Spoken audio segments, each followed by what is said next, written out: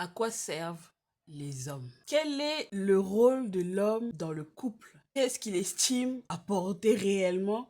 Je sais que j'ai suscité plusieurs sentiments, mais c'est réel. De nos jours, beaucoup d'hommes demandent aux femmes qu'est-ce qu'elles apportent. Ils oublient que quand on demande à un homme ce qu'il apporte, c'est la sécurité qui est citée. Seulement, quand il parle de sécurité, il ne pense pas à toutes les sécurités qui puissent exister. Les femmes deviennent bricoleuses, les femmes deviennent mécaniciennes. Elles ont appris à faire tout cela avec ou sans hommes, parce qu'elles ont été face à des hommes qui pensaient que la sécurité financière était primordiale. Et donc, certains ont joué pour l'utiliser comme punition. Il fut un temps où le simple fait d'être un homme était un privilège, même si tu n'étais pas responsable. Il y a également des femmes qui souffrent du syndrome de Stockholm et pensent que la sécurité financière de l'homme leur suffit. Ou tu pouvais ainsi avoir toutes les femmes que tu voulais et autant de femmes que tu voulais. La femme pouvait se sentir honorée, privilégiée, qu'un homme s'intéresse à elle pour avoir le titre de femme mariée, de Madame X. La femme devait être reconnaissante pour cette sécurité-là, même si quelquefois elle était punie. Ce temps-là a bien existé, nous sommes tous conscients. En 2024, les finances et le titre ou le statut marital, c'est quelque chose d'honorifique. On souhaiterait toutes être mariées.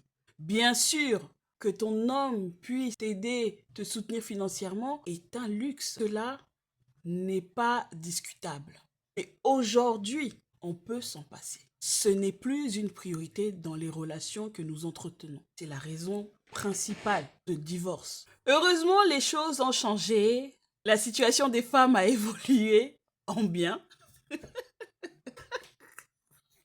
Désolée. Et de nos jours, la femme n'a aucun problème à soutenir, peu importe la durée. Mais elle refuse de soutenir quelqu'un avec qui elle ne construit aucun avenir. La société a valorisé l'homme au point de normaliser tous ces mauvais traitements envers sa partenaire.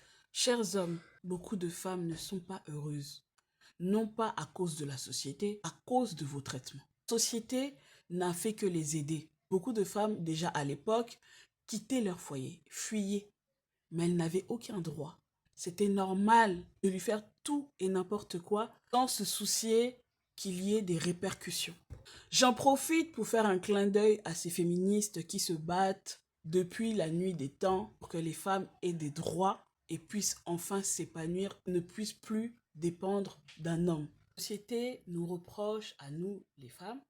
Elle oublie que la femme doit encore prouver que ce n'est pas un personnage passif, c'est un être humain à part entière, parce qu'elle est souvent représentée comme le sexe faible. Certaines femmes n'ont pas tellement le choix que d'accepter ce que les hommes leur proposent, même si ce n'est pas ce qu'elles veulent, même si elles n'en ont pas forcément besoin. Elles risquent d'être mal vues. Parce que celles qui osent enfin demander un certain traitement sont vilipendées. Messieurs, nous vous aimons. Nous voulons être accompagnés dans la vie. Si vous ne pouvez pas faire d'efforts, nous choisirons la paix, non pas un statut. Quelqu'un avait besoin de l'entendre aujourd'hui et je suis là pour vous le dire.